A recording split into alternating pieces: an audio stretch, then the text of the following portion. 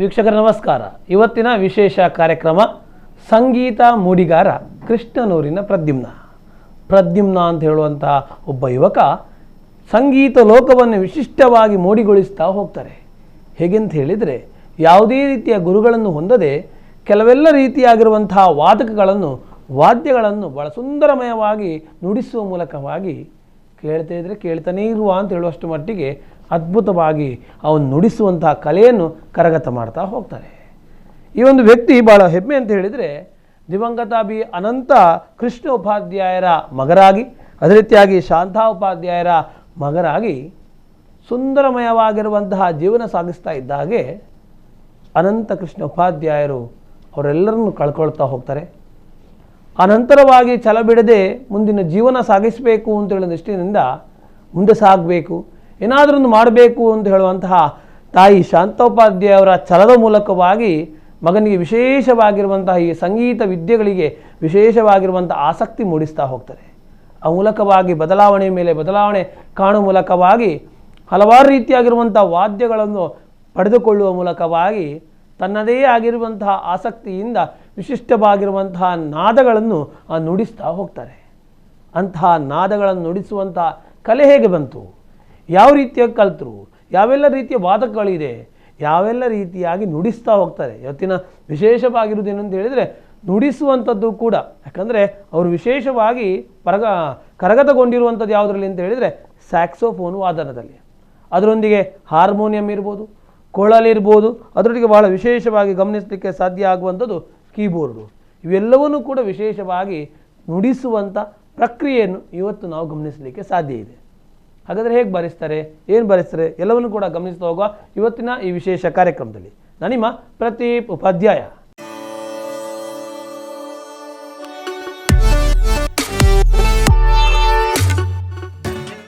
ಈ ಒಂದು ವಾದನವನ್ನು ನುಡಿಸಿದ ವ್ಯಕ್ತಿ ನಮ್ಮೊಂದಿಗಿರುವಂಥದ್ದು ಬಹಳ ಹೆಮ್ಮೆಯ ವ್ಯಕ್ತಿ ಶ್ರೀಯುತ ಪ್ರದ್ಯುಮ್ನ ಉಪಾಧ್ಯಾಯ.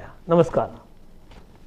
ಎಲ್ಲ ರೀತಿಯಾಗಿ ಬಾರಿಸಬೇಕು ಅಂತ ಹೇಳಿದರೂ ಕೂಡ ಮೊದಲಾಗಿ ನಾವು ಗಮನಿಸುವಂಥದ್ದು, ಏನೇ ರೀತಿಯ ಕಲೀಲಿ, ಅವು 1ನೇ ಕ್ಲಾಸ್ ಕಲೀಲಿ ಅಥವಾ 10ನೇ ಕ್ಲಾಸ್ ಕಲೀಲಿ ಅಥವಾ ಸಂಗೀತ ಕಲೀಲಿ, ಕ್ರೀಡೆ ಕಲೀಲಿ, ಏನೇ ಕಲೀಲಿ, ಮೊದಲಾಗಬೇಕಾಗಿರೋದು ಆಸಕ್ತಿ ಅಂತೇಳಿ.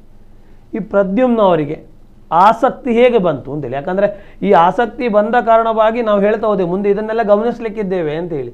ಗಮನಿಸಲಿಕ್ಕಿದ್ದೇವೆ ಅಂದರೆ ಇಷ್ಟೆಲ್ಲ ಮಾಡಬೇಕು ಅಂತ. ಯಾಕಂದರೆ ಕೊಳಲು ಕೊಟ್ಟಾಗ ನಮಗೆ ಹಾವಾಡಿಗರು ಉಡಿಸುವಂತಹ ನುಡಿಗೊಳಿಸಲಿಕ್ಕೆ ಸಾಧ್ಯ ಆಗ. ಯಾಕಂದರೆ ಮೇಲಿನ ಏನು ಹೋಲಿ ಇಡ್ತಾ ಹೋಗ್ತಾ ಅದನ್ನು ಜೋರಾಗಿ ಬಾರಿಸ್ತಾ ಹೋದಾಗ ಆ ಶಬ್ದ ಬರಲಿಕ್ಕೆ ಸಾಧ್ಯ ಉಂಟು. ಉಳಿದದ್ದು ಸರಿಗಮಪ ಭರಿಸಬೇಕು ಅಂತ ಹೇಳಿದರೂ ಕೂಡ ಅದಕ್ಕೊಂದು ವಿಶೇಷವಾಗಿರುವಂಥ ವಿದ್ಯೆ ಅವನಿಗೆ ಕರಗತ ಆಗಬೇಕು ಅಥವಾ ಅವನಿಗೆ ವಿಶೇಷವಾಗಿ ಒಲಿದು ಬರಬೇಕಾಗ್ತದೆ. ಪ್ರದ್ಯುಮ್ನ ಅವರಿಗೆ ಎಲ್ಲ ರೀತಿಯಾಗಿರುವಂಥ ಸಂಗೀತ ವಾದಕಗಳನ್ನು ಬಾರಿಸಬೇಕು ಅಂತ ಹೇಳುವಂಥ ಆಸಕ್ತಿ ಯಾವಾಗ ಬಂತು? ನಾನು ಲಾಕ್ಡೌನ್ ಸಮಯದಲ್ಲಿ ಶುರು ಮಾಡಿದ್ದಿದೆಲ್ಲ, ಹೇಗೆ ಇದು ಮಾಡೋದು ಅಂತ ಥಿಂಕಿಂಗ್ ಮಾಡ್ತಾ ಇದ್ದೆ ಮುಂಚೆ. ಹೇಗೆ ಮಾಡೋದು ನೋಡುವಾಗ ಒಂದು ಹಾರ್ಮೋನಿಯಮಲ್ಲಿ ಸ್ಟಾರ್ಟ್ ಮಾಡಿದ್ದು ನಾನು. ಹಾರ್ಮೋನಿಯಮಲ್ಲಿ ಹೇಗೆ ಸ್ಟಾರ್ಟ್ ಮಾಡಿದೆ ಅಂದರೆ, ಲಾಕ್ಡೌನ್ ಸಮಯದಲ್ಲಿ ಎಲ್ಲರೂ ಬೇರೆ ಬೇರೆ ಚಟುವಟಿಕೆಗಳಲ್ಲಿ ಎಲ್ಲ ತೊಡಗಿಸ್ಕೊಳ್ತಾ ಇದ್ದರು. ನಾನು ಹಾಗೆ ನನಗೆ ಮೊದಲೆಲ್ಲ ಮ್ಯೂಸಿಕ್ ಅಂದರೆ ಖಾಲಿ ಕೇಳೋದು, ಜಸ್ಟ್ ಸ್ವಲ್ಪ ಹಾಡಲಿಕ್ಕೆ ಬರ್ತಿತ್ತು. ಹಾಗೆ ಸ್ವಲ್ಪ ಹಾಡ್ತಿದ್ದೆ ಅಮ್ಮನೊಟ್ಟಿಗೆ, ಭಜನೊಟ್ಟಿಗೆ ಹಾಗೆ ಎಲ್ಲ. ಸೊ ಅದಾದ ನಂತರ ಲಾಕ್ಡೌನ್ ಸಮಯದಲ್ಲಿ ಫುಲ್ ಫ್ರೀ. ನಾನು ಆಗ ಡಿಪ್ಲೊಮಾ ಮಾಡ್ತಿದ್ದೆ, ಡಿಪ್ಲೊಮಾ ಇನ್ ಕಂಪ್ಯೂಟರ್ ಸೈನ್ಸ್ ಓದಿದ್ದು ನಾನು. ಹಾಗೆ ಡಿಪ್ಲೊಮಾ ಕಲಿತಿರುವಾಗ ಪರೀಕ್ಷೆಯ ಸಮಯ ಇತ್ತು. ಆವಾಗ ಲಾಕ್ಡೌನ್ ಬಂದ ಕಾರಣ ನಾನು ಮನೆಯಲ್ಲಿದ್ದ ಕಾರಣ ಶುರು ಮಾಡಿದ್ದು, ಹೀಗೆ ಒಂದು ಶುರು ಮಾಡುವ, ಯಾವುದಾದ್ರೂ ಒಂದು ಕಲೆಯಲ್ಲಿ ತೊಡಗಿಸಿಕೊಳ್ಳುವ ಹೇಳಿ ಶುರು ಮಾಡಿದೆ. ಅದ ಶುರು ಮಾಡಬೇಕು ಅಂತ ಹೇಳಿದ್ರೆ ಯಾರ ವಿಶೇಷವಾಗಿ ಪ್ರೇರಣೆ ಅಥವಾ ಒತ್ತಡವ ಹೇಗೆ? ಒಂದು ಬೇರೆ ಬೇರೆ ವೀಡಿಯೋಸನ್ನು ನೋಡಲಿಕ್ಕೆ ಶುರು ಮಾಡಿದೆ ಯೂಟ್ಯೂಬಲ್ಲಿ. ಹೇಗೆ ನೋಡುವ, ಯಾರ್ಯಾರು ಎಂತೆಂತ ಮಾಡಿದ್ದಾರೆ, ಹೇಗೆ ನುಡಿಸ್ತಾರೆ, ಅವರು ಆ ಪರ್ಫಾರ್ಮೆನ್ಸನ್ನು ಹೇಗೆ ಒಂದು ಒಳ್ಳೆಯ ರೀತಿಯಲ್ಲಿ ಮೂಡಿ ಬರುವ ಹಾಗೆ ಮಾಡ್ತಾರೆ, ಹಾಗೆಲ್ಲ ನೋಡಲಿಕ್ಕೆ ಶುರು ಮಾಡಿದಾಗ ಇಂಟ್ರೆಸ್ಟ್ ತನ್ನಿಂತಾನಾಗಿ ಒಂದೊಂದೇ ರೀತಿಯಲ್ಲಿ ಬೆಳೀತಾ ಹೋಯ್ತು ನನಗೆ. ಅದಾದ ನಂತರ ಒಂದು ಹಾರ್ಮೋನಿಯಂ ಸಿಕ್ಕಿದ ಕಾರಣ ನಾನು ಸಿಕ್ಕಿದಂದರೆ ನೇಬರ್ ಅವರು ಅನುಸೂಯ ಅಂತ ಇದ್ದಾರೆ. ಅವರು ನಮ್ಮ ಸ್ವಲ್ಪ ಕ್ಲಾಸಿಕಲ್ ವೋಕಲ್ ಆಗಿ ಹೋಗಿದ್ರು ಮುಂಚೆ, 1-2 ವರ್ಷ ಕಲೀಲಿಕ್ಕೆ ಅಂತ ಹೋಗಿದ್ರು. ಹಾಗೆ ನೀವು ಕಲಿತಿದ್ರಲ್ಲ ಮುಂಚೆ, ಎಂತ ಮಾಡಿದ್ರಿ ಅದನ್ನು ಅಂತ ಹೇಳಿದಾಗ ಒಂದು ಅಮ್ಮನಿಗೆ ಒಂದು ಹಾರ್ಮೋನಿಯಂ ಅವರು ಕೊಟ್ಟರು, ನೀವೊಂದು ಟ್ರೈ ಮಾಡಿ, ಹಾಗೆ ಬಿಡಬಾರ್ದು ಅದನ್ನು, ಹಾಗೆ ಬಿಟ್ಟರೆ ಎಲ್ಲ ನಾಲೆಜ್ ಎಲ್ಲ ವೇಸ್ಟ್ ಆಗ್ತದೆ. ಹಾಗೆ ಅಮ್ಮನಿಗೆ ಕೊಟ್ಟ ಹಾರ್ಮೋನಿಯಮನ್ನು ನಾನು ನುಡಿಸ್ತೇನೆ, ಅದು ಹೇಗೆ ಉಂಟು, ನನಗೆ ಅದರದ್ದು ಕೀದೆಲ್ಲ ಜ್ಞಾನ ಇಲ್ಲ ನನಗೆ. ನನಗೆ ಒಟ್ಟಿಗೆ ಅದನ್ನು ನುಡಿಸ್ಬೇಕು, ಹೇಗಾದರೂ ಮಾಡಿ ಒಂದು ಪ್ರಯತ್ನ ಮಾಡುವ ಅಂತೇಳಿ ಶುರು ಮಾಡಿದೆ. ಅದಾದ ನಂತರ ಶುರು ಮಾಡಿ ಕೂಡಲೇ ಫಸ್ಟಿಗೆ ಹೇಗೆ ನುಡಿಸೋದು, ಒಂದೊಂದೇ ಕೀಯನ್ನು ಒತ್ತುತ್ತಾ ಹೋದೆ. ಆವಾಗ ನನಗೆ ಅದರಲ್ಲಿ ಅಷ್ಟು ಅಂದರೆ ಹೇಗೆ ಬಾರಿಸೋದು ಅಷ್ಟು ಅಂದಾಜು ಸಿಗಲಿಲ್ಲ ನನಗೆ. ಮತ್ತು ಒಂದೊಂದೇ ಕೀ ಬಾರಿಸ್ತಾ ಒಂದು ಪದ ಜೋಡಣೆಯನ್ನು ಮಾಡಲಿಕ್ಕೆ ಶುರು ಮಾಡಿದೆ. ಅದಾದ ನಂತರ ಅಮ್ಮನ ಹತ್ರ ಒಂಚೂರು ನೀನು ಭಜನೆ ಹಾಡು, ಅದನ್ನು ಹೇಗೆ ನುಡಿಸ್ಲಿಕ್ಕೆ ಆಗ್ತದೆ ಅಂತ ಹೇಳಿ ಶುರು ಮಾಡಿದೆ. ಅದಾದ ನಂತರ ಒಂದೊಂದೇ ಕೀ ಒತ್ತದು ಹೋಗಿ ಅಮ್ಮ ಹಾಡಲಿಕ್ಕೆ ಶುರು ಮಾಡಿದ್ರು. ನಾನು ಅದೇ ರೀತಿಯಾಗಿ ಸ್ವಲ್ಪ ಅವರು ಒಂದು ಲೈನನ್ನು ಹಾಡಿದರೆ ನಾನು ಆ ಲೈನನ್ನು ಕೇಳಿ ಹಾಡುವ ಮೂಲಕ ಅವರು ಹಾಡ್ತಾರೆ, ನಾನು ಬಾರಿಸ್ತೇನೆ. ಹಾಗೆ ಮಾಡ್ಲಿಕ್ಕೆ ಶುರು ಮಾಡಿದ್ರಿ. ಎಸ್, ಪ್ರದ್ಯುಮ್ನ ಅವರು ಕೀಬೋರ್ಡ್ಗಳನ್ನು ನುಡಿಸಬೇಕು ಅಂತ ಹೇಳಿದ್ರೆ ಪ್ರಾರಂಭದಲ್ಲಿ ಒಂದೊಂದೇ ಪದಗಳನ್ನು ಪೂಣಿಸ್ತಾ ಮೂಲಕವಾಗಿ ವಿಶೇಷವಾಗಿ ನುಡಿಸ್ತಾ ಹೋದರು. ಅದರ ಈಗ ಹೇಗೆ ನುಡಿಸ್ತಾರೆ, ಯಾವ ರೀತಿಯಾಗಿರುವಂತಹ ಆ ಕರಗತಗೊಂಡಿದ್ದಾರೆ, ಯಾವ ರೀತಿಯಾಗಿ ಕೀಬೋರ್ಡ್ ಬಾರಿಸ್ತಾರೆ ಗಮನಿಸಬೇಕು ಅನ್ನಿಸ್ತಾ ಇಲ್ವಾ? ಗಮನಿಸೋಣ. ಅದು ಹೇಗೆ ಅಂದರೆ ಯೂಟ್ಯೂಬಲ್ಲಿ ಎಲ್ಲ ಸಾಂಗ್ಸ್ಗಳನ್ನು ಕೇಳಲಿಕ್ಕೆ ಪ್ರಾರಂಭ ಮಾಡಿದೆ. ಹಾಗೆ ಒಂದೊಂದೇ ಸಾಂಗನ್ನು ಒಂದೊಂದೇ ಫಸ್ಟಿಗೆ ಹೇಗೆ ಅಂದರೆ ಒಂದೊಂದೇ ಲೈನನ್ನು ಅದನ್ನು ಹೇಗೆ ಆಗ್ತದೆ, ಯಾವ ಸ್ವರ ಎಲ್ಲಿ ಉಂಟಂತ ಕೇಳಿ ಅದಂದ್ರೆ ಡೈರೆಕ್ಟ್ ಕೈ ಅಲ್ಲಿಗೆ ಹೋಗುವ ಹಾಗೆ ಪ್ರಾಕ್ಟೀಸ್ ಮಾಡಿದೆ. ಈಗ ಹೇಗಂದರೆ ಒಂದು ಸಾಂಗನ್ನು ನಾನು ಕೇಳಿದರೆ ಒಂದು 5-10 ನಿಮಿಷದಲ್ಲಿ ಡೈರೆಕ್ಟ್ ಆಗಿ ಬಾರಿಸ್ಬೋದು ನನಗೆ. ಆ ರೀತಿಯಾಗಿ ಒಂದು ಪೂರ್ವಜನ್ಮದ ಒಂದು ಪುಣ್ಯ, ಪೂರ್ವಜನ್ಮದ ಪುಣ್ಯದ ಬಲದಿಂದನೇ ಸಾಧ್ಯ. ಯಾಕಂದ್ರೆ ಯೂಟ್ಯೂಬ್ ನೋಡಿಕೊಂಡು ಸಂಗೀತವನ್ನು ಕಲಿಬಹುದಾ ಅಂತ ಹೇಳಿದ್ರೆ ಸ್ವಲ್ಪ ಕಲಿಬಹುದು. ಅದೊಂದು ಒಳ್ಳೆ ರೀತಿಯಾಗಿ ಕಲೀಲಿಕ್ಕೆ ಸಾಧ್ಯ ಅಂತೇಳಿ ಪ್ರದ್ಯುಮ್ನ ಕಲಿಸ, ಅದರಲ್ಲಿಯೂ ಸುಮಾರು 5 ನಿಮಿಷದಲ್ಲಿ ವಿಶೇಷವಾಗಿ ಅದನ್ನು ನುಡಿಸ್ತಾ ಹೋಗ್ತಾರೆ. ಆ ನುಡಿಸುವ ಕಲೆಯನ್ನು, ಕೀಬೋರ್ಡ್ ಕಲೆಯನ್ನು ಗಮನಿಸ್ತಾ ಬರುವ.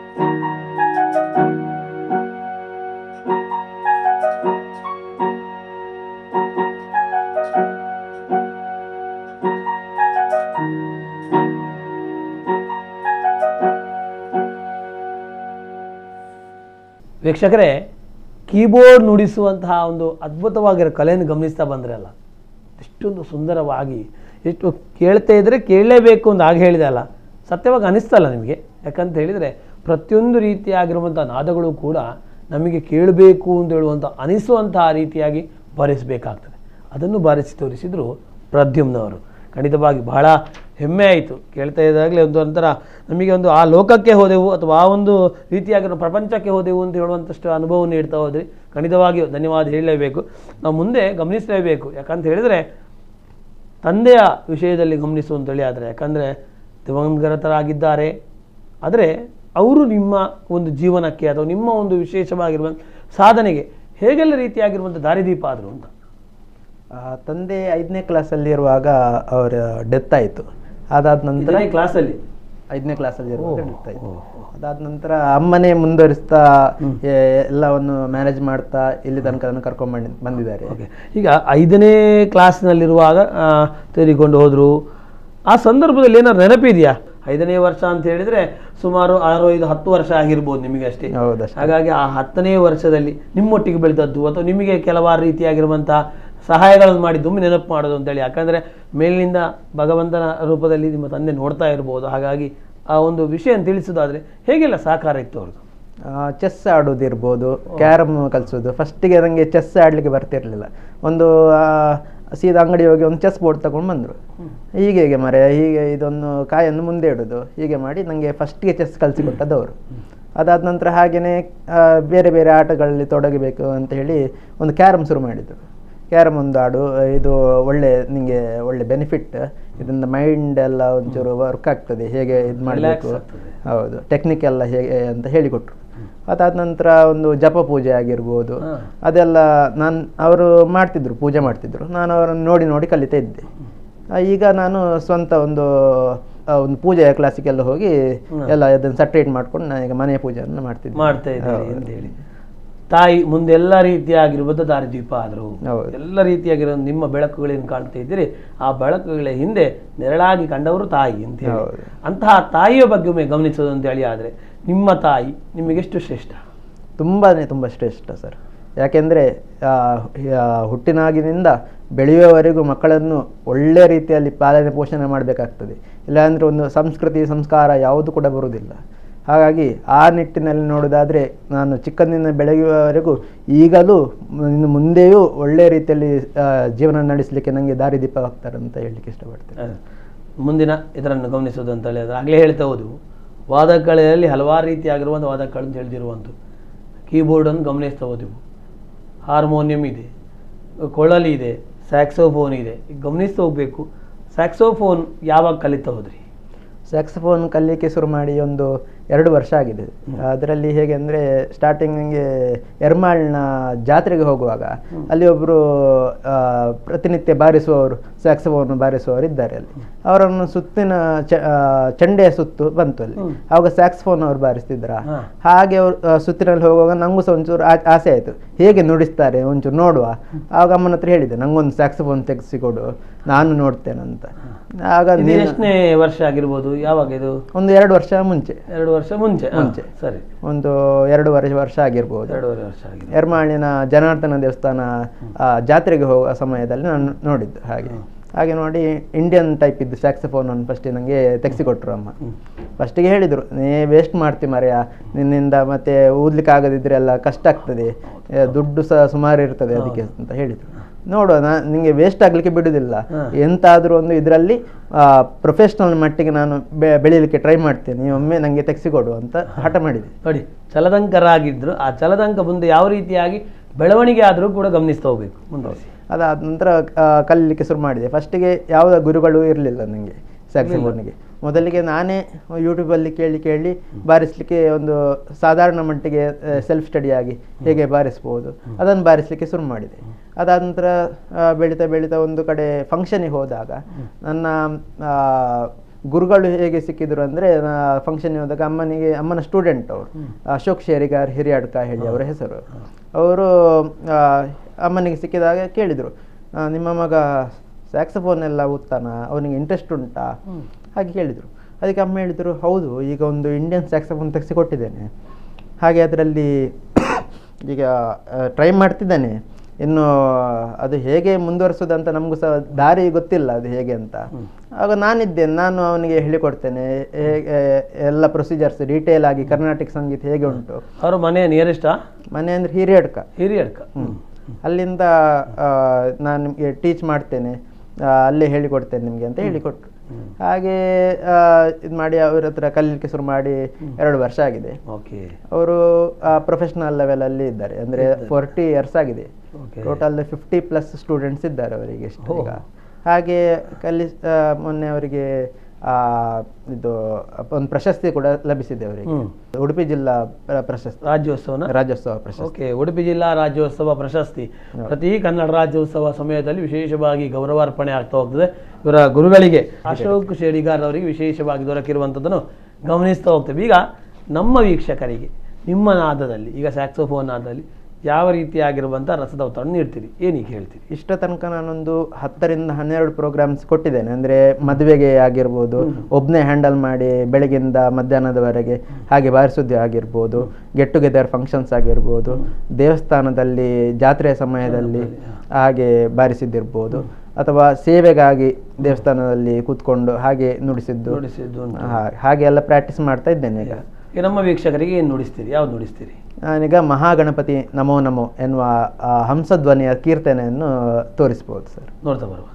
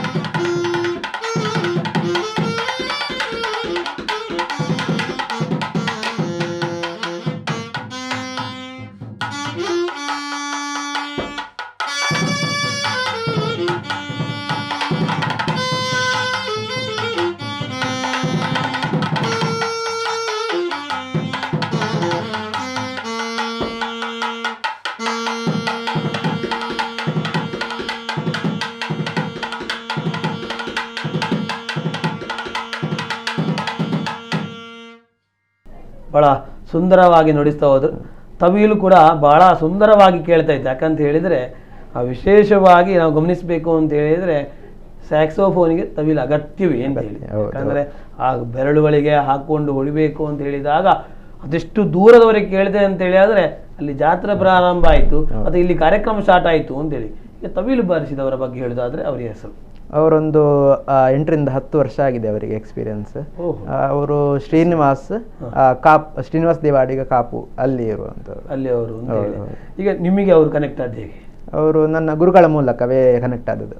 ಅವರು ಕಾರ್ಯಕ್ರಮಕ್ಕೆಲ್ಲ ಕರ್ಕೊಂಡು ಹೋಗ್ತಾರೆ ಗುರುಗಳು, ಒಟ್ಟಿಗೆ ಜೋಡಿಯಾಗಿ ಬಾರಿಸುವಂಥದ್ದು. ಹಾಗೆ ಕರ್ಕೊಂಡು ಹೋಗುವಾಗ ಸೈಡಲ್ಲಿ ತಬೀಲ್ ಅವರು ಬೇಕೇ ಬೇಕಲ್ವ ಪ್ರತಿಯೊಂದು. ಹಾಗಾಗಿ ಇವರು ಹಾಗೆ ಪರಿಚಯ ಆದರು. ಈಗ ನಮಗೆ ಮತ್ತೊಂದು ಏನಾದ್ರು ಕೇಳಬೇಕು ಅಂತ ಆಸಕ್ತಿ ಆಗ್ತಿದೆ. ಯಾಕಂದರೆ ಸ್ಯಾಕ್ಸೋಫೋನ್ ಕೇಳ್ತಾ ಇದ್ದಾಗಲೇ ನಿಮಗೆ ನಮಗೆಲ್ಲರಿಗೂ ತಿಳಿದಿರುವಂತೆ, ಯಾಕಂದರೆ ಮದುವೆಯ ಕಾರ್ಯಕ್ರಮದಲ್ಲಿ ಮದುವೆ ಸ್ಟೇಜಲ್ಲಿ ಏನಾಗ್ತದೆ ಅಂತ ಹೇಳುವಂಥದ್ದು ಯಾರೂ ಕೂಡ ಗಮನಿಸೋದಿಲ್ಲ. ಈಚೆಯಿಂದ ಸ್ಯಾಕ್ಸೋಫೋನ್ ಮತ್ತು ತಬೀಲು ಅದಕ್ಕೆ ಬೇಕಾಗಿರುವಂಥ ಕೆಲವಾರು ರೀತಿಯ ವಾದಕಗಳೊಟ್ಟಿಗೆ ಬಾರಿಸ್ತಾ ಇದ್ದಾರೆ ಅಂತ ಹೇಳಿದರೆ ನಮ್ಮ ಕೈಗಳು ಕೂಡ ಕುಣಿತಾ ಹೋಗ್ತದೆ. ಅಷ್ಟು ರೀತಿಯಾಗಿರುವಂಥ ಮಧುರವಾಗಿರುವಂಥದ್ದು ಸ್ಯಾಕ್ಸೋಫೋನ್ ವಾದನ. ಹಾಗಾಗಿ ಸ್ಯಾಕ್ಸೋಫೋನ್ ವಾದನ ಮೂಲಕ ಮತ್ತೊಂದು ನಮಗೆ ನುಡಿಸ್ಬೋದಾ? ನುಡಿಸ್ಬೋದು. ಏನು ನುಡಿಸ್ತೀರಿ ಈಗ? ಸೆಕೆಂಡ್ ಇದ್ದು ಯಾವ ಕುಲವೋ ರಂಗ ಹೇಳಿ, ಅದೊಂದು ಭಕ್ತಿಗೀತೆ, ಹಾಗಾಗಿ ಅದನ್ನು ನುಡಿಸ್ಬೋದು ಅಂತ. ಆ ಭಕ್ತಿಗೀತೆಯನ್ನು ಗಮನಿಸ್ತಾ ಬರುವ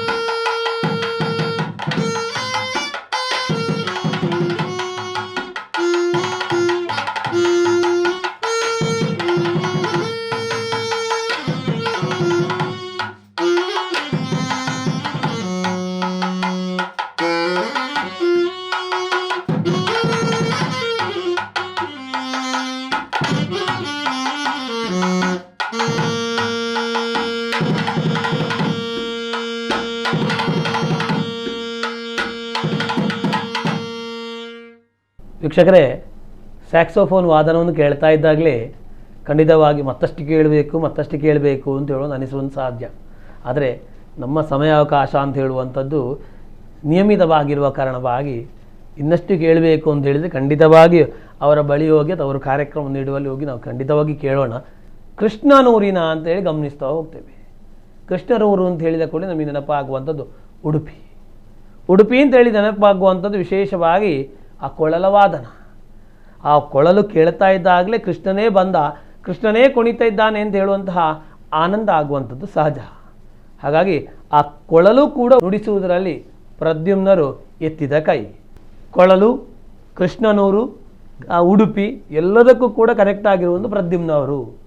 ಉಡುಪಿಯ ಪ್ರದೇಶದಲ್ಲಿ ಜನನವಾಗಿರುವಂಥದ್ದು ಯಾವ ಪ್ರದೇಶ, ಹೇಗೆ? ನಾನು ಹುಟ್ಟಿದ್ದು ಬೆಳೆದದ್ದು ಎಲ್ಲ ಉಡುಪಿ ಅಂಬಾಗಿಲು ಅಂತ ಊರು.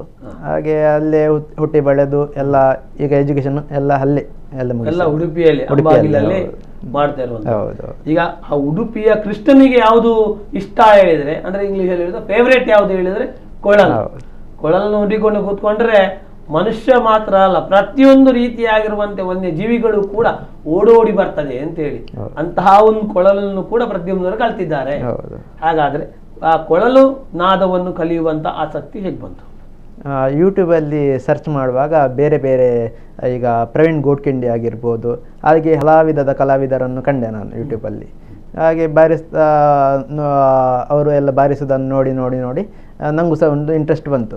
ನಾನು ಹೇಗೆ ಕೊಳಲು ಹೇಗೆ ತಗೊಳ್ಬಾರ್ದು, ಅದನ್ನು ಬಾರಿಸಿದರೆ ಹೇಗಿರ್ತದೆ ಅಂತ ಹೇಳಿ ಒಂದು ಆನ್ಲೈನಲ್ಲಿ ಪೂನಮ್ ಫ್ಲೂಟ್ಸ್ ಅಂತ ಇರ್ತದೆ, ಅದು ಎಲ್ಲ ಯೂಟ್ಯೂಬಲ್ಲಿ ಎಲ್ಲ ಸರ್ಚ್ ಮಾಡಿದ್ದೆ.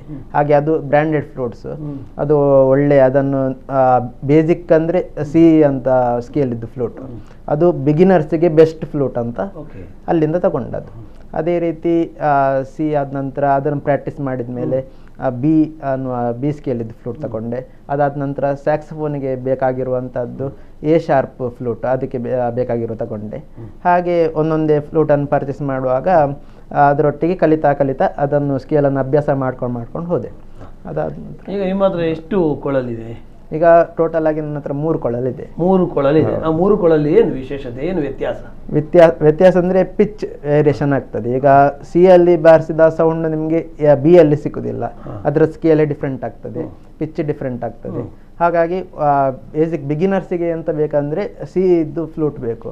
ಹಾಗೆ ಅಂತ ಯೂಟ್ಯೂಬ್ ಎಲ್ಲ ಸರ್ಚ್ ಮಾಡಿದಾಗ ನನಗೆ ಅದ್ರ ವಿಷಯ ಎಲ್ಲ ಗೊತ್ತಾಯ್ತು. ಈಗ ನಿಮಗೆ ಈಗ 3ರಲ್ಲಿ ಯಾವುದು ಬಹಳ ಫೇವ್ರೇಟ್ ಅಂತ? 3ರಲ್ಲಿ ಸಿ, ಅದು ಬಿಗಿನರ್ಸ್ ಅಲ್ಲ, ಸೊ ಅದು ನನಗೆ ಫೇವ್ರೇಟ್ ಅಂತ ಹೇಳಿ. ಈಗ ನಮ್ಮ ವೀಕ್ಷಕರಿಗೆ ಯಾವುದನ್ನು ನುಡಿಸಿ ಖುಷಿ ಪಡಿಸ್ತೀರಿ? ಈಗ ಎ ಶಾರ್ಪ್ ಇದ್ದು ಫ್ಲೂಟಲ್ಲಿ ಪಂಖ್ ಹೋತೆ ತೋಡುವಾತೆ ಅನ್ನುವ ಸಾಯಿರ ಸಿನಿಮಾದ ಪದ್ಯವನ್ನು ನುಡಿಸ್ಲಿಕ್ಕೆ ಇಷ್ಟಪಡ್ತೇನೆ. ಅದರಲ್ಲಿ ಗಮನಿಸೋಣ ಅಲ್ಲ, ಸಿನಿಮಾದ ಪದ್ಯವನ್ನು ಕೊಳಲಿನಲ್ಲಿ ಯಾವ ರೀತಿಯಾಗಿ ನುಡಿಸ್ತಾರೆ, ಯಾವ ರೀತಿಯಾಗಿ ನಮ್ಮನ್ನು ಬೇರೆ ಲೋಕಕ್ಕೆ ಕರ್ಕೊಂಡು ಹೋದಾಗೆ ಮಾಡ್ತಾರೆ, ಗಮನಿಸೋಣ.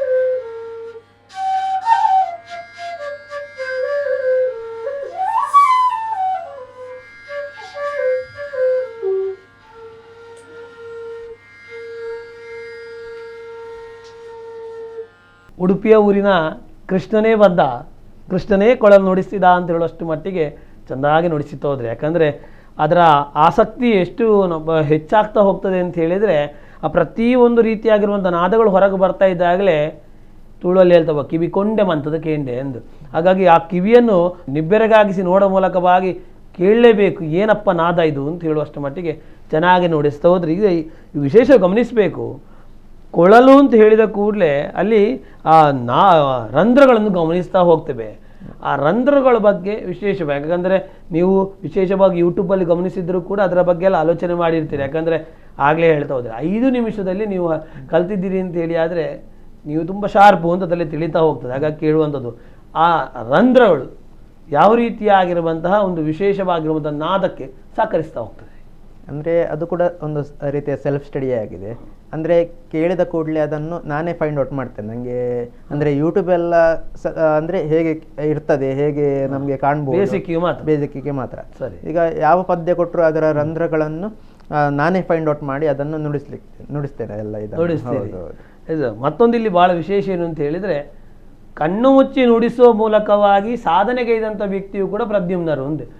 ಕಣ್ಣು ಬಿಡಿಸಿಯೇ ನಮಗೆ ವಿಶೇಷವಾಗಿ ನುಡಿಸಬೇಕು ಅಂತ ಹೇಳಿದರೆ ಕೈಗೆ ಸಿಗುವುದಿಲ್ಲ. ಕೆಲವೊಮ್ಮೆ ಕೀಬೋರ್ಡ್ಗಳಲ್ಲಿರ್ಬೋದು ಅಥವಾ ಹಾರ್ಮೋನಿಯಂಗಳಲ್ಲಿರ್ಬೋದು ನಮಗೆ ಕೆಲವೊಮ್ಮೆ ಸಿಗುವುದಿಲ್ಲ. ಅದರಲ್ಲಿಯೂ ವಿಶೇಷವಾಗಿ ಕೊಳಲಲ್ಲದ್ದು ಬಹಳ ಕಷ್ಟವಾಗಿರ್ತಾ ಹೋಗ್ತದೆ. ಇಲ್ಲಿ ವಿಶೇಷವಾಗಿ ಹಾರ್ಮೋನಿಯಂ ಮತ್ತು ಕೀಬೋರ್ಡ್ನಲ್ಲಿ ಕಣ್ಣು ಮುಚ್ಚಿ ನುಡಿಸುವ ಮೂಲಕವಾಗಿ ರೆಕಾರ್ಡ್ ಮಾಡಿದ್ದಾರೆ. ರೆಕಾರ್ಡ್ 1-2 ಅಲ್ಲ, ಕೆಲವಾರು ರೆಕಾರ್ಡುಗಳು ಮಾಡಿದ್ದಾರೆ. ಹಾಗಾಗಿ ಆ ಎಲ್ಲ ರೆಕಾರ್ಡ್ಗಳ ಬಗ್ಗೆ ಗಮನಿಸಬೇಕು. ಮೊದಲಾಗಿ 50 ನಿಮಿಷ 44 ಸೆಕೆಂಡ್ನಲ್ಲಿ ಕಣ್ಣು ಮುಚ್ಚಿ ಬಾರಿಸಿದ್ದಾರೆ. ಅದರಲ್ಲೂ ವಿಶೇಷವಾಗಿ ಹಾರ್ಮೋನಿಯಂ ಹೇಗೆ ಸಾಧ್ಯ ಆಯಿತು, ಯಾವ ರೀತಿಯಾಗಿ ಅವಾರ್ಡ್ ಬಂತು, ಏನು ಸ್ಪೆಷಾಲಿಟಿ? ಅಂದರೆ ಲಾಕ್ಡೌನ್ ಸಮಯದಲ್ಲಿ ಯಾವುದಾದ್ರು ಚಟುವಟಿಕೆಗಳಿಗೆ ತೊಡಗಿಕೊಳ್ಬೇಕು ಅಂತ ಹೇಳಿ ಹಾರ್ಮೋನಿಯಂ ಶುರು ಮಾಡಿದೆ. ಅದೇ ರೀತಿಯಾಗಿ ಯೂಟ್ಯೂಬಲ್ಲಿ, ಫೇಸ್ಬುಕ್ಕಲ್ಲಿ ಹಾಗೆ ಸರ್ಚ್ ಮಾಡುವಾಗ ಯಾರ್ಯಾರು ರೆಕಾರ್ಡ್ ಮಾಡಿದ್ದಾರೆ, ಯಾವ ರೀತಿ ಮಾಡಬಹುದು ಅಂತ ನೋಡ್ತಾ ಹೋದಾಗ ಸೂರ್ಯ ಪುರೋಹಿತ್ ಅಂತ ಹೇಳುವ ರಂಗೋಲಿ ಆರ್ಟಿಸ್ಟ್ ಕಾರ್ಕಳದವರು, ಹಾಗೆ ನನಗೆ ಅವರ ಫೇಸ್ಬುಕ್ಕಲ್ಲಿ ಪರಿಚಯ ಆಯಿತು. ಅವರದ್ದೆಲ್ಲ ರಂಗೋಲಿಗಳನ್ನು ಎಲ್ಲ ಹೇಗೆ ಮಾಡ್ತಾರೆ ಅದೆಲ್ಲ ನೋಡ್ತಾ ಹೋದೆ. ಅದಾದ ನಂತರ ಅವರ ರೆಕಾರ್ಡ್ ಇದ್ದು ಹೇಗೆ ಅವರು ಪ್ರಾರಂಭಿಸಿದರು, ಅದರಿಂದ ಹೇಗೆ ಎಲ್ಲ ಮಾಡಿದರು, ಆ ರೀತಿ ಎಲ್ಲ ಗಮನಿಸಿದೆ. ಅದಾದ ನಂತರ ಫೇಸ್ಬುಕ್ಕಲ್ಲಿ ಅವರ ಕಾಂಟ್ಯಾಕ್ಟ್ ನಂಬರನ್ನು ಇದು ಮಾಡಿ ಅವರಿಗೆ ಕಾಂಟ್ಯಾಕ್ಟ್ ಮಾಡಿದೆ. ಅದಾದ ನಂತರ ಕಾಂಟ್ಯಾಕ್ಟ್ ಮಾಡಿ ಹೇಗೆ ಮಾಡಿದ್ರಿ, ನಿಮ್ಮಿಂದ ಹೇಗೆ ಸಾಧ್ಯ ಆಯಿತು ಅದು, ಹಾಗೆ ಎಲ್ಲ ಮಾಡಿದಾಗ ಅವರು ಹೇಳಿದರು, ನಾನು ನನ್ನ ವೈಫ್ ಮತ್ತು ನನ್ನ ಸಂಬಂಧಿಕರ ಸಹಾಯದಿಂದ ನಾನು ಎಲ್ಲ ಇದನ್ನೆಲ್ಲ ರೆಕಾರ್ಡ್ ಮಾಡಲಿಕ್ಕೆ ಸಾಧ್ಯ ಆಯಿತು. ನೀವು ಸಹ ಟ್ರೈ ಮಾಡ್ಬೋದು. ನಾನು ನಿಮಗೆಲ್ಲ ನನ್ನ ವೈಫಿನ ತಂಗಿಯ ನಂಬರನ್ನು ನಿಮ್ಗೆ ಕೊಡ್ತೇನೆ, ನೀವೇ ಅವರನ್ನು ಕಾಂಟ್ಯಾಕ್ಟ್ ಮಾಡಿ ನೀವು ರೆಕಾರ್ಡನ್ನು ಮುಂದುವರಿಸ್ಬೋದು ಅಂತ. ಅವರು ಏನು ಮಾಡಿದರು ಅಂದರೆ ರಂಗೋಲಿಯಲ್ಲಿ ಬ್ಲೈಂಡ್ ಫೋಲ್ಡೆಡ್ ಆಗಿ ಅವರ ರಂಗೋಲಿಯನ್ನು ಸೂರ್ಯೋದಯದ ರಂಗೋಲಿಯನ್ನು ಬಿಡಿಸಿ ಅದರಲ್ಲಿ ಒಂದು 3 ನಿಮಿಷ ಆಗಿರ್ಬೋದು. ಅದು ಯಾರು ಮಾಡಿರದ ಕಾರಣ ಅದೊಂದು ಇಂಡಿಯಾ ಬುಕ್ ಆಫ್ ರೆಕಾರ್ಡ್ಗೆ ಸೇರಿಕೊಂಡಿದೆ ರೆಕಾರ್ಡ್ ಆಗಿ. ಅದರ ಮೂಲಕ ನನಗೂ ಇಂಟ್ರೆಸ್ಟ್ ಬೆಳೆಯಿತು. ನಾನು ಬ್ಲೈಂಡ್ ಫೋಲ್ಡೆಡ್ ಆಗಿ ಒಂದೊಂದು ಸಾಂಗನ್ನು ನುಡಿಸಲಿಕ್ಕೆಲ್ಲ ಪ್ರಾರಂಭಿಸಿದೆ. ಅದಾದ ನಂತರ ಅದೇ ರೀತಿಯಲ್ಲಿ ಕೀಬೋರ್ಡು, ಹಾಗೆ 2 ಇನ್ಸ್ಟ್ರೂಮೆಂಟ್ಸಲ್ಲಿ ಬಾರಿಸುವಂಥದ್ದು, ಕಣ್ಣಿಗೆ ಬಟ್ಟೆಗಟ್ಟಿ ಹಾರ್ಮೋನಿಯಂನ್ನು ಉಲ್ಟ ಇಟ್ಟು ಬಾರಿಸುವಂಥದ್ದು, ಉಲ್ಟ ಇಟ್ಟು ಎಡ ಕೈಯಲ್ಲಿ ಅಥವಾ ಬಲ ಕೈಯಲ್ಲಿ ಬಾರಿಸುವಂಥದ್ದು, ಮತ್ತು ಕೀಬೋರ್ಡನ್ನು ಸಂಪೂರ್ಣವಾಗಿ ಉಲ್ಟ ಇಟ್ಟು ನಾನು ಉಲ್ಟ ಕೂತ್ಕೊಂಡು ಎಡ ಕೈಯಲ್ಲಿ ಬಾರಿಸುವಂಥದ್ದು ಇರ್ಬೋದು.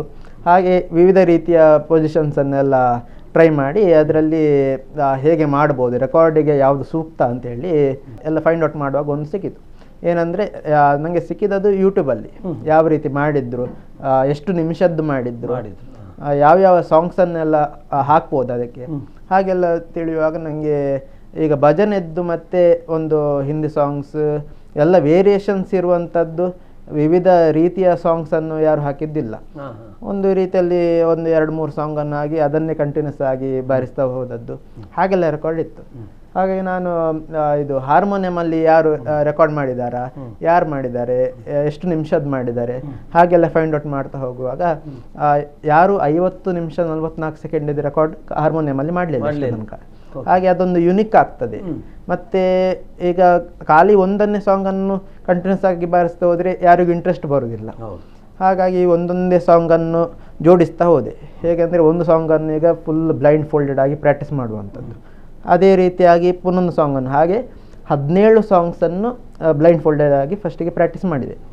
ಟೋಟಲ್ ಆಗಿ ಒಂದು 14 ಸಾಂಗ್ಸೇನ ಇದು ಭಜನೆ ಸಾಂಗ್ಸ್ ಆಗಿತ್ತು. ಮತ್ತು ಉಳಿದದ್ದು ಡಿಸ್ಪೆಸಿಟೋ ಆಗಿರ್ಬೋದು, ಶ್ರೀಲಂಕಾದ ಮನಿಕೆಮ್ಮಗೆ ಹೇತೆ ಆಗಿರುವ ಯೋಹಾನಿ ಹಾಡಿದ ಸಾಂಗ್ ಆಗಿರ್ಬೋದು, ಮತ್ತು ತೂಯಿರೆ ಅಂತ ಸಾಂಗ್ ಆಗಿರ್ಬೋದು. ಹಾಗೆ ವಿವಿಧ ರೀತಿಗಳನ್ನು ಸಾಂಗನ್ನು ಜೋಡಣೆ ಮಾಡಿ ಅದರ ಲಾಸ್ಟಿದ್ದು, ಈಗ ಒಂದು ಸಾಂಗಿನ ಎಂಡ್ ಆಗುವಾಗ ಅದರ ಲಾಸ್ಟಿನ ಸ್ವರವನ್ನು ಹಿಡಿದು, ಈಗ ಪುನೊಂದು ಸಾಂಗಿನ ಸ್ಟಾರ್ಟಿಂಗ್ನ ಸ್ವರವನ್ನು ಹಿಡಿದು ಅದಕ್ಕೆ ಲಿಂಕ್ ಮಾಡಿ ಟೋಟಲ್ 17 ಸಾಂಗ್ಸನ್ನು ರೆಡಿ ಮಾಡಿದೆ ನಾನು. ಟೋಟಲ್ ಇದಕ್ಕೆ ಒಂದು 6 ತಿಂಗಳ ಟೈಮ್ ತಗೊಂಡಿದ್ದೆ ನನಗೆ ಎಲ್ಲ ಪ್ರಿಪೇರ್ ಆಗ್ಲಿಕ್ಕೆ 6 ತಿಂಗಳು ಬೇಕಾಯಿತು. ಹಾಗೆ ಪ್ರಿಪೇರ್ ಮಾಡ್ತಾ ಮಾಡ್ತಾ ಮಾಡ್ತಾ ಒಮ್ಮೆ ಕಟ್ ಆಗೋದು, ಎಲ್ಲ ಮಧ್ಯದಲ್ಲಿ ತಪ್ಪುವುದು, ಹಾಗೆಲ್ಲ ಶುರುವಾಯಿತು. ಈಗ ಅದು ನಡುವಲ್ಲಿ ವಿದ್ಯಾಭ್ಯಾಸಗಳನ್ನು ಮಾಡ್ತಾ ಇದ್ದೀರಾ? ವಿದ್ಯಾಭ್ಯಾಸ ಅಂದ್ರೆ ಲಾಕ್ಡೌನ್ ಸಮಯ ಆಗಿದ್ದರಿಂದ ಕೂಡ ನಿಮ್ಮ ಸಾಧನೆ ಲಾಕ್ಡೌನ್ ಬೇಗ ಆಯಿತು ಅಂತ. ಹೌದು, ಖಂಡಿತ. ಹಾಗೆ ಶುರು ಮಾಡಿದೆ, ಒಂದೊಂದೇ ಹಾಡನ್ನು ಜೋಡಿಸಿದೆ. ಹಾಗೆ 17 ಸಾಂಗ್ಸನ್ನು ರೆಡಿ ಮಾಡಿದೆ ಟೋಟಲ್ ಆಗಿ.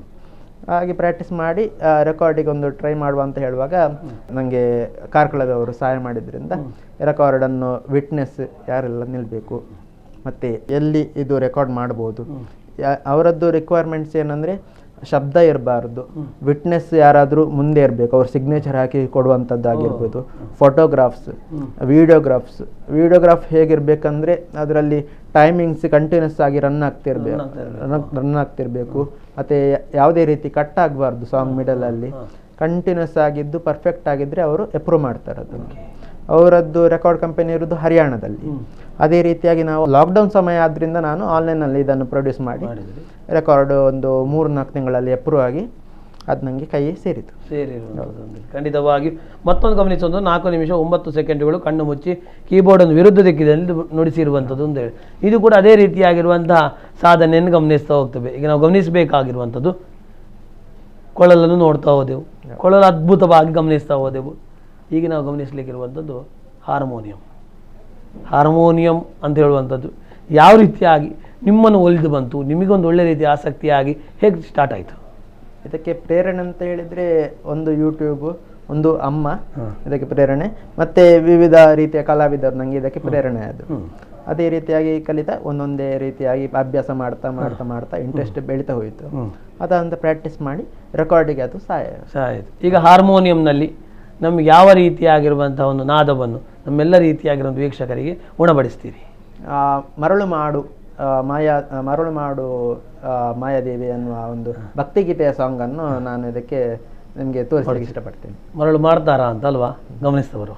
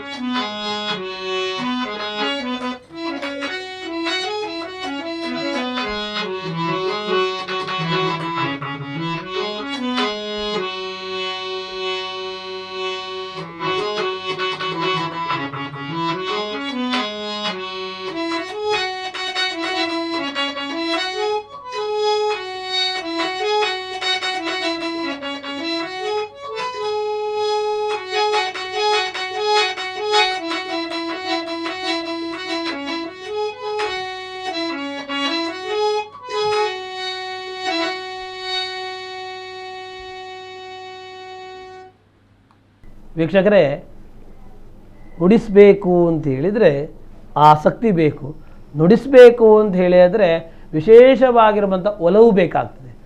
ಆಸಕ್ತಿ ಇತ್ತು, ಒಲವು ಇತ್ತು, ಆಸಕ್ತಿ ಮೂಲಕವಾಗಿ ಯೂಟ್ಯೂಬಿಗೆ ವಿಶೇಷವಾಗಿರುವಂಥ ಕಾರಣ ಆಯಿತು. ಒಲವಿನ ಮೂಲಕವಾಗಿ ಇನ್ನು ಕಲಿಬೇಕು, ಯಾವ ರೀತಿಯಾಗಿ ಮಾಡಬೇಕು ಅಂತ ಹೇಳುವಂಥ ರೀತಿಯಾಗಿ ಅವರಿಗೆ ಮನಸ್ಸು ಬಂತು. ಹಾಗಾಗಿ ಪ್ರದ್ಯುಮ್ನವರು ಇಷ್ಟೆಲ್ಲ ರೀತಿಯಾಗಿ ಕಲೀಲಿಕ್ಕೆ ಸಾಧ್ಯ ಆಯಿತು ಅಂತ. ಯಾಕಂದರೆ 4 ರೀತಿಯಾಗಿರುವಂಥ ನಾದಗಳನ್ನು ಯೂಟ್ಯೂಬ್ನಲ್ಲಿ ವಿಶೇಷವಾಗಿ ಗಮನಿಸುವ ಮೂಲಕವೇ, ಯಾಕಂದರೆ ಹೇಳಿದರೆ ಗುರುಗಳಿದ್ದು ಕಲಿತದ್ದು ವಿಶೇಷವಾಗಿ ಸ್ಯಾಕ್ಸೋಫೋನ್ ಬಿಟ್ಟರೆ ಉಳಿದೆಲ್ಲವೂ ಕೂಡ ಯೂಟ್ಯೂಬೇ ನಿಮಗೆ ಗುರು ಅಲ್ವಾ. ಅಂತ ಅದರಲ್ಲಿ ವಿಶೇಷವಾಗಿ ಇವೆಲ್ಲವನ್ನು ಕಲಿಯುವ ಮೂಲಕವಾಗಿ ಕಣ್ಣು ಮುಚ್ಚಿ ಬಾರಿಸ್ತಾರೆ, ಇದೇ ದೊಡ್ಡ ವಿಷಯ. ಕಣ್ಣು ಮುಚ್ಚಿ ತಿರುಗಿಸಿ ಬಾರಿಸ್ತಾರೆ ಹೇಳಿದ್ದು ಮತ್ತಷ್ಟು ದೊಡ್ಡ ವಿಷಯ. ಹಾಗಾಗಿ ಎಲ್ಲ ರೀತಿಯಾಗಿರುವಂಥ ರೆಕಾರ್ಡುಗಳನ್ನು ಮಾಡಿದ್ದೀರಿ. ಇದು ಬಿಟ್ಟು ಇನ್ನೂ ರೆಕಾರ್ಡುಗಳಿದೆ ಅಂತ ಹೇಳಿದ್ರೆ ಏನೆಲ್ಲಿದೆ? ಅದೇ ರೀತಿಯಾಗಿ ಇಂಡಿಯಾ ಬುಕ್ ಆಫ್ ರೆಕಾರ್ಡಲ್ಲಿ ಹೇಗೆ ಹಾರ್ಮೋನಿಯಂ ಇದ್ದು ಪರ್ಫಾರ್ಮೆನ್ಸ್ ಆಯಿತು, ಅದೇ ರೀತಿಯಾಗಿ ಏಷ್ಯಾ ಬುಕ್ ಆಫ್ ರೆಕಾರ್ಡ್ಸಿಗೂ ಅದೇ ಪರ್ಫಾರ್ಮೆನ್ಸ್ ಅನ್ನು ಪ್ರೊಡ್ಯೂಸ್ ಮಾಡಿದಾಗ ಅದರಲ್ಲಿ ಕೂಡ ಅಪ್ರೂವ್ ಆಯ್ತು ಅವರಿಗೆ. ಅದು ಕೂಡ ಖುಷಿಯಾಗಿ ಪ್ರಾಬ್ಲಮ್ ಆಗೋದಿಲ್ಲ. So Asia book of records India book of ರೆಕಾರ್ಡ್ಸ್ಗೆ ಅದನ್ನು ಅಪ್ಲೈ ಮಾಡಿದಾಗ ಓಕೆ ನಿಮ್ಮದು ಯುನಿಕ್ ಆಗಿದೆ, ಹಾಗಾಗಿ ನಾವು ಇದನ್ನು ಎಕ್ಸೆಪ್ಟ್ ಮಾಡ್ತಿದ್ದೇವೆ ಹೇಳಿ ಎಕ್ಸೆಪ್ಟ್ ಮಾಡಿದ್ರು. ಹಾಗಾಗಿ ಅದು 2 ಎಕ್ಸೆಪ್ಟ್ ಆದ ಕಾರಣ ಈಗ ಕೀಬೋರ್ಡ್ ಇದ್ದು ಬ್ರಾವೋ ಇಂಟರ್ನ್ಯಾಷನಲ್ ಬುಕ್ ಆಫ್ ರೆಕಾರ್ಡ್ಸ್ಗೆ ಅದನ್ನು ಅಲ್ಲಿ ಪ್ರೊಡ್ಯೂಸ್ ಮಾಡಿದ್ದು. ಅದನ್ನು ಉಲ್ಟಾ ಇಟ್ಟು ಬಾರಿಸಿದರೆ ಅದೊಂದು ಯುನಿಕ್ ಆಗಿತ್ತು. ಅಂದ್ರೆ ಬಾರಿಸಿದವರಿದ್ದಾರೆ ಬೇರೆ ಎಲ್ಲ ಇದು ಮಾಡಿ, ಉಲ್ಟಾ ಇಟ್ಟು ಯಾರು ಬಾರಿಸಿಲ್ಲ ಅಂತ. ಹಾಗೆ ಬಾರಿಸಿದ ಎಷ್ಟು ನಿಮಿಷ ಬಾರಿಸಿದ್ದಾರೆ, 3 ನಿಮಿಷ 2 ನಿಮಿಷ ಹಾಗೆಲ್ಲ ಬಾರಿಸಿದವರು ಇದ್ದಾರೆ. ಅದಕ್ಕಿಂತ ಹೆಚ್ಚು ಮಾಡುವ ಹೇಳಿ 4 ನಿಮಿಷ 9 ಸೆಕೆಂಡ್ ಬಾರಿಸುವ ಮೂಲಕ ಅದೊಂದು 2 ಸಾಂಗ್ಸ್ಗಳನ್ನು ಅದರಲ್ಲಿ ಬಾರಿಸಿದ್ದೇನೆ. ಹಾಗೆ ಅದನ್ನು ಬಾರಿಸಿದ ಮೂಲಕ Bravo international book of world ರೆಕಾರ್ಡಿಗೆ ದಾಖಲಾಗಿದೆ ಅಂತೇಳಿ. ಈಗ ಒಟ್ಟಾರೆ ಗಮನಿಸೋದು ಅಂತೇಳಿ ಆದರೆ ನೋಡುಗರಂತೆಲ್ಲ ರೀತಿಯಾಗಿರೋ ವೀಕ್ಷಕರಿಗೂ ನಾವು ರಸದೌತಣ ನೀಡ್ತೀವಿ. ಈ ರಸದೌತಣ ನೀಡಬೇಕಾದ್ರೆ ಇದರ ಹಿಂದಿರುವಂಥ ವ್ಯಕ್ತಿಯನ್ನೊಮ್ಮೆ ನೆನಪು ಮಾಡುದು ಅಂತೇಳಿ ಆದರೆ ಯಾರನ್ನೆಲ್ಲ ನೆನಪು ಮಾಡ್ತೀರಿ, ಯಾರಿಗೆಲ್ಲ ಥ್ಯಾಂಕ್ಸ್ ಹೇಳ್ತೀರಿ? ಮೊದಲನೇದಾಗಿ ಥ್ಯಾಂಕ್ಸ್ ಹೇಳಬೇಕಾದ್ರೆ ಅಮ್ಮನಿಗೆ ಥ್ಯಾಂಕ್ಸ್ ಹೇಳಬೇಕು, ತುಂಬ ಥ್ಯಾಂಕ್ಸ್ ಹೇಳಬೇಕು.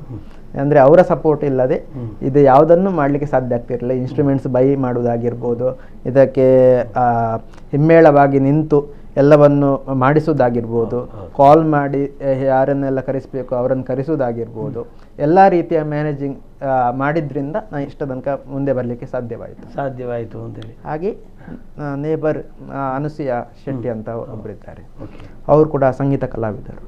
ಹಾಗೆ ಅವರು ನನಗೆ ಸಹಾಯ ಮಾಡಿದ್ದಾರೆ. ಇಂಡಿಯಾ ಬುಕ್ ಆಫ್ ರೆಕಾರ್ಡ್ಸ್ಗೆ ವಿಟ್ನೆಸ್ಸಿಗೆ ಅವರು ನಿಂತ್ಕೊಂಡು ಸರಿಯಾಗಿದೆ ಇಲ್ವಾ ಅಂತ ನೋಡಿ ಇದು ಮಾಡಿದ್ದಾರೆ, ಸಹಾಯ ಮಾಡಿದ್ದಾರೆ. ನೋಡ್ತಾ ಹೋಗ್ಬೋದು.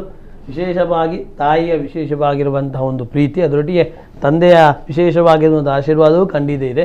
ಅದರೊಟ್ಟಿಗೆ ವಿಶೇಷವಾಗಿ ಅನುಸೂಯ ಮೇಡಮ್ ಅವರ ವಿಶೇಷವಾಗಿರುವಂತಹ ಒಲವು. ಯಾಕಂತ ಹೇಳಿದರೆ ಅವರು ಪ್ರಾರಂಭದಲ್ಲಿ ಒಂದು ಕೀಬೋರ್ಡ್ ಕೊಡ್ತಿರ್ಲಿಲ್ಲ ಅಂತ ಹೇಳಿದರೆ ಪ್ರದ್ಯುಮ್ನರು ಇವತ್ತು ಸಂಗೀತ ಮೋಡಿಗಾರ ಕೃಷ್ಣನೂರಿನ ಪ್ರದ್ಯುಮ್ನ ಹಾಕ್ಲಿಕ್ಕೆ ಸಾಧ್ಯ ಆಗ್ತಿರ್ಲಿಲ್ಲ ಅಂತೇಳಿ. ಹಾಗಾಗಿ ಅಂತಹ ಸಾಧನೆಗೆ ಹಲವಾರು ರೀತಿಯಾಗಿರುವ ಸಹಕಾರ ಮಾಡಿದವರು ಖಂಡಿತವಾಗಿ ಥ್ಯಾಂಕ್ಸ್ ಹೇಳಿದ್ದಾರೆ. ಈಗ ನಾವು ಹೇಳಬೇಕಾದ ನಿಮ್ಮೆಲ್ಲರ ರೀತಿಯ ಪರವಾಗಿ ಕೃಷ್ಣನೂರಿನ ಪ್ರದ್ಯುಮ್ನರಿಗೆ ಥ್ಯಾಂಕ್ಸ್ ಹೇಳಬೇಕು. Thank you so much. ವೀಕ್ಷಕರೇ, ಇದಾಗಿತ್ತು ಕೃಷ್ಣನೂರಿನ ಪ್ರದ್ಯುಮ್ನ ಸಂಗೀತ ಮೋಡಿಗಾರನ ಅದ್ಭುತವಾಗಿರುವಂತಹ ನಾದಗಳು. ಪ್ರತಿಯೊಂದು ನಾದಗಳು ಕೂಡ ಕೇಳಬೇಕು ಅನ್ನಿಸ್ತಾ ಇದೆ. ಖಂಡಿತವಾಗಿ ಕೇಳಿ. ನಮ್ಮ ಗುಡ್ಲಾ ಫೋಕಸ್ ಯೂಟ್ಯೂಬ್ ಚಾನಲ್ನಲ್ಲಿ ನಿಮಗೆ ನಿರಂತರವಾಗಿ ಕೇಳಬಹುದು. ಪ್ರದ್ಯುಮ್ನರ ಆ ವಿಶೇಷವಾಗಿರೋ ಸಂಗೀತಗಳನ್ನು ಕೇಳ್ತಾ ಇದ್ದಾರೆ. ಯಾಕಂದರೆ ಬೆಳಗಿನ ಜಾವ ಅಥವಾ ಸಾಯಂಕಾಲದ ಸಮಯದಲ್ಲಿ ವಿಷಯ ಬಗ್ಗೆ ಕೇಳ್ತಾ ಇದ್ದಾಗಲೇ ನಮ್ಮೆಲ್ಲ ರೀತಿಯಾಗಿರುವಂಥ ಒತ್ತಡಗಳು ಕೂಡ ನಿವಾರಣೆ ಆಗಲಿಕ್ಕೆ ಸಾಧ್ಯ ಅಂತೇಳಿ ಅಂತಹ ಒಂದು ವಿಶೇಷವಾಗಿರುವಂಥ ಒಂದು ಫ್ರೆಶ್ನೆಸ್ ಮೂಡಿಸುವಂತಹ ಅದ್ಭುತವಾಗಿರುವಂತಹ ನುಡಿಯನ್ನು ನಾವು ಕೇಳ್ತಾ ಹೋದೆವು, ನಾದವನ್ನು ಕೇಳ್ತಾ ಹೋದೆವು. ಇದಾಗಿತ್ತು ಇವತ್ತಿನ ವಿಶೇಷ ಕಾರ್ಯಕ್ರಮ. ನಮಸ್ಕಾರ.